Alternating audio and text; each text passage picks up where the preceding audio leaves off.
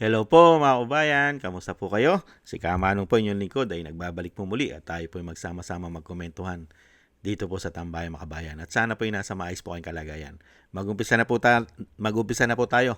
Komentuhan po natin yung mga senador na mga hudas di umano sa taong bayan at grupo ng maleta gangs di umano. At syempre po sanay na sanay po sa bendalo. Hindi kaya? At dito po malalaman nyo mga kababayan, ang mga nag-aabu-abugaduhan lamang. Pinipilit po nila ang kanila pong senaryo para lang po ma-impeach at mapaniwala ang taong bayan kahit po hindi pa nagdidesisyon ang Korte Suprema sa mga bagay na ito. Pinangungunahan na po nila ng kanilang konklusyon. Hindi kaya pakinggan po natin si Rapi Tulfo, mga kababayan, tungkol po sa impeachment na gusto nilang mangyari sa Vice President. At sundan po natin si Tito Sotto. Ito po yung dalawa, mga kababayan. Umpisa na po natin pakinggan sila at panoorin.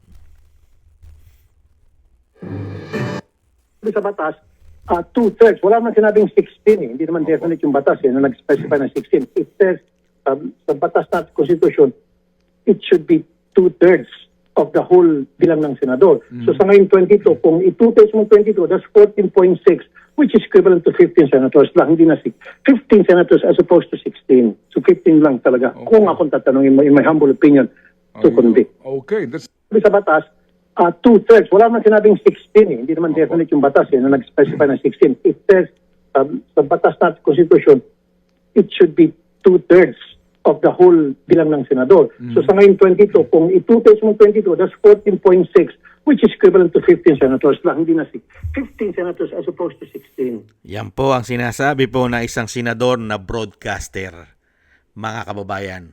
Yun po ang kanyang paniniwala. At gusto nyo pong maniwala ang taong bayan na ang senador daw po sa ngayon ay wala ng 24. Nasa batas po ba yun? Ito pa po isa, mga kababayan. Pakinggan po natin si Tito Sotto. Tito Sir, one last, mabilis lang po. Senator Jinggoy Estrada has been suspended for 90 days. Senator Bato de la Rosa is hiding. There are supposed to be 24 senators, but right now there are only 22. In the impeachment case, sir, Vice President Sara Duterte, what would still be the number to convict? Would it still be 16? Because I understand, of course, of all members of the Senate, pero on practical terms, sir, wala po yung dalawa eh. Yes, At least yung isa suspended. right now, I would not want to talk off my hat. At the moment, we will have to follow the original number being mentioned in the Constitution, which is two-thirds of the all members of the Senate. And then when it comes to that issue of baka maging 22 na lang or 21 na lang ang members of the Senate, I think it's something that's debatable at this point. I've heard both sides, but I would rather listen to them first before I come up with my own interpretation of the subject. But right now, I would be siding with what the Constitution says, unless a better explanation comes around. Sir, one last, mabilis lang po. Pamabayan, ayon po sa kanya, syempre, kailangan din pagdebatihan sa Senado. At syempre, ayon din naman sa kanya, ay kailangan po sumunod sa konstitusyon. Yung po ang tama. Hindi po ba? At pakinggan naman po natin ang isang justice. Ang isang retired justice na si Davide. Ito po ay tumayo na rin pong isang judge, I think, nung ma-impeach po yata, kung hindi po si Erap o si Corona, mga kababayan. Ito po, isang retired justices, ayon po sa kanya at ayon po sa konstitusyon. Pakinggan po natin siya, mga kababayan. As again, two-thirds would be required to convict. So in this particular case, two-thirds, the basis would be 24. not the existing 23. It should be 24. The Senate will need 16 to convict. Okay. In other words, since there are now 23, the vote of 7 would be enough for acquittal. As again, 2/3 would be required to convict. So in this particular case, 2/3, the basis would be 24, not the existing 23. It should be 24. The Senate will need 16 to convict. Okay. In other words, since there are now 23, the vote of 7 would be enough for acquittal. As again, 2/3 would be Tama po yung sinasabi ni former Chief Justice Hilario Davide. 16. Hindi po ba? Kasi yan po ang nasa saligang batas sa ating konstitusyon.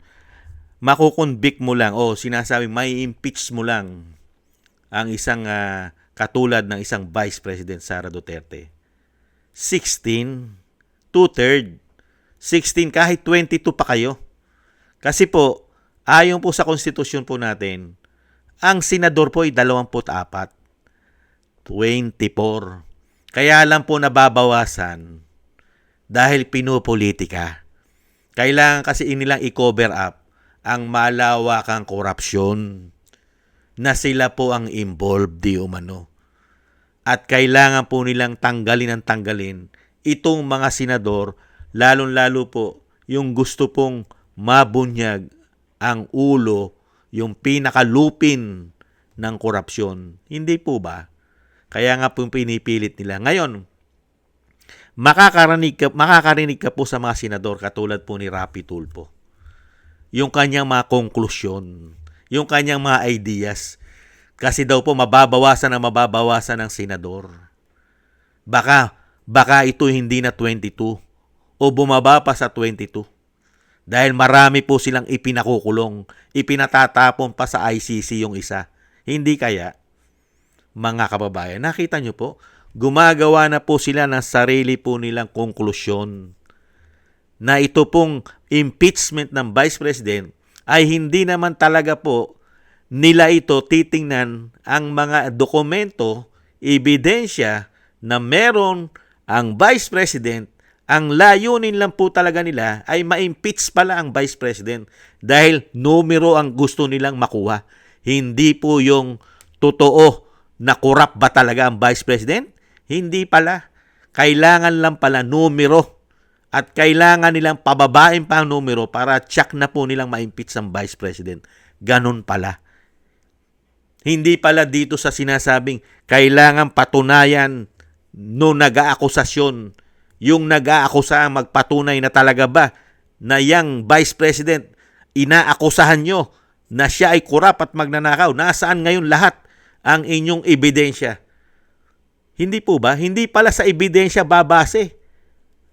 Kung lalagyan mo ng logic, dito sa mga sinasabi ni Tulfo, ni Vendalo, at ni Soto, na kailangan pagdebatihan, pag-usapan dahil kukunti na raw ang senador, nababawasan na, ay kailangan pong pag-usapan. Kaya ang mangyayari po, pagka sila po na sila ang pinakinggan mo, isang broadcaster at isang komedyante na mga nag-aral sa One Ball University di umano, ay maniniwala ka sa mga taong ito na kailangan pababain na ang numero, hindi na 16 vote para po ma-impeach nila ang Vice President. Nakita niyo po kung kawalang yan nitong mga tao na ito na mga ginawang sindikato sa pagnanakaw ang ating bansa di umano. Grabe, no? And yun na nga nakalagay sa saligang batas. Ayon na mismo kay dating Chief Justice Hilario Davide. At least 16. Kasi po, 24 ang nasa saligang batas natin ng mga senador. 24 senator. Ngayon, kung talagang ang Vice President ay sinasabi nila na kurap, magnanakaw, hindi po ba kahit 20 lang kayo, kahit 20 senador lang kayo, kung ayon sa ebidensya na sinasabi ng mga congressman na matibay ang kanilang mga ebidensya na ang Vice President ay magnanakaw, Hindi ba? Makakakuha pa rin kayo ng 16 vote. Kahit kayo ay 20 lang o 22 lang. Hindi po ba? Logic. At wala kayong batas na nilabag. Wala kayong binendalo. Dahil ayon sa batas, kailangan at least 16 vote para ma-impeach nyo ang Vice President. Bakit ngayon? Babaliin nyo at gagawa kayo ng sarili nyong konklusyon. Hindi po ba? 24 ang senador. Kung pinupolitika nyo at binabawasan nyo dahil gamit nyo sa politika. Di po ba? Senador pa rin sila. Kasama pa rin sila sa 24. Kaya nga po kung logic po mga kababayan, kung talagang magnanakaw ang Vice President, lagyan natin ng logic. Kahit 22 lang kayo. Kahit 20 lang kayo senador. Kung talagang magnanakaw ang Vice President, at kumpleto at matitibay ang ebidensya na hawak ng mga congressman sa pangungunan ni Luistro, makakakuha kayo ng 16 na boto. Hindi po ba? Bakit po kayo natatakot? At kailangan nyo pang pababain ang numero ng 16. Bakit? Dahil hindi ba matibay ang ebidensya na hawak sa pangungunan nila Luistro at ng mga makabayang black? Yung mga ebidensya ba nilang dala-dala ay hindi totoo at kailangan nyo ng numero na lang? Babase na lang kayo sa numero ng mga senador? Mga senador na mga hudas at magnanakaw di umano sa ating bansa. Doon na lang kayo babase. Unbelievable. Yan po mga kabayan, ang klase po ng mga senador ngayon sa ating bansa. Makikita mo po kung ano ang tunay na layunin ng mga senador. Hindi po para tukuyin ang malawa ang korupsyon.